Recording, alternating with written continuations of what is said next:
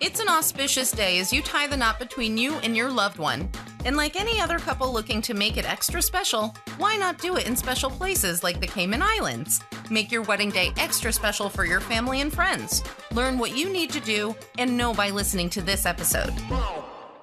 Hey there, Maria Romano from True Love Knots. Well, I've got a great topic for today when it comes to wedding ceremonies. Are you looking maybe to get married out in the Bahamas, the Caymans? You might be thinking of a destination wedding out in the islands, especially now we're going to be past hurricane season.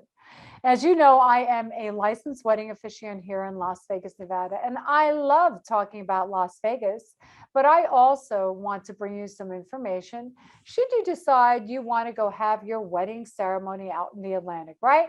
And you decided, you know what, you and your loved one want to get married, maybe at the Cayman Islands. And I think that's fabulous. Now, what's great about a destination wedding is it's a vacation as well. It's like a mini vacation.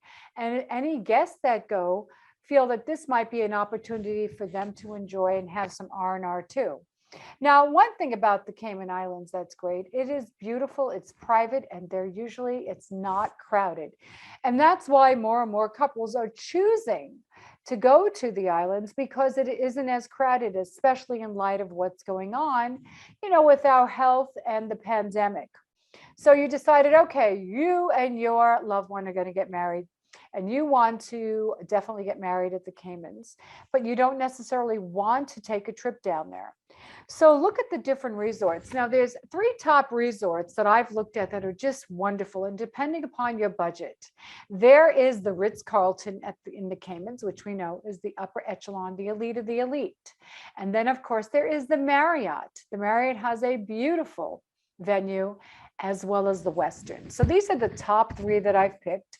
And all of them have accommodations up to 300, 400, 500 people.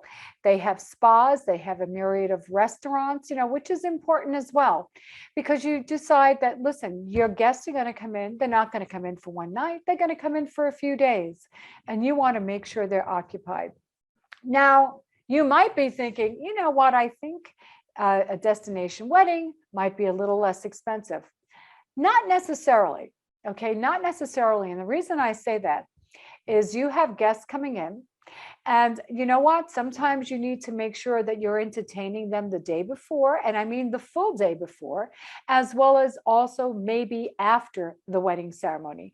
Most of us, right, when you live in town and you're going to get married in your locale, you might have a rehearsal dinner the night before, right? You have the wedding ceremony the next day. Maybe you have a brunch. And sometimes a brunch can even be done at somebody's home. You save money. Now, when you're traveling outside of the States, you have to remember, you're paying for airfare, right? You're paying for hotel fees and accommodations. What's great is you want to find resorts that are all inclusive. And that's something you want to check with the hotel.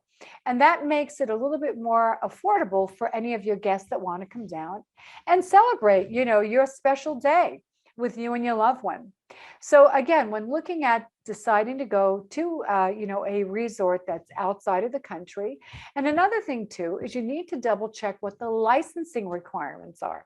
So I just went online and I double checked that if you wanted to get married legally in the Caymans, you need to, of course, bring a passport or a state ID license.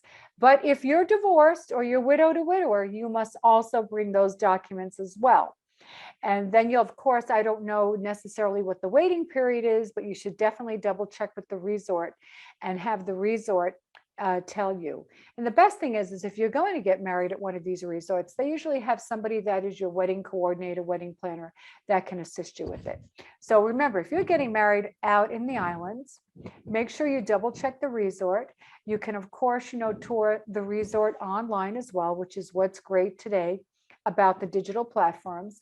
Find somebody that's going to work with you that you feel you can trust, and then double check that there are no add-ons. You don't know if there's add-ons for additional fees. You want to find out maybe about table arrangements, as far as added bars and what the timing is and where you're going to actually have your wedding ceremony, because most couples want to have their ceremony outside.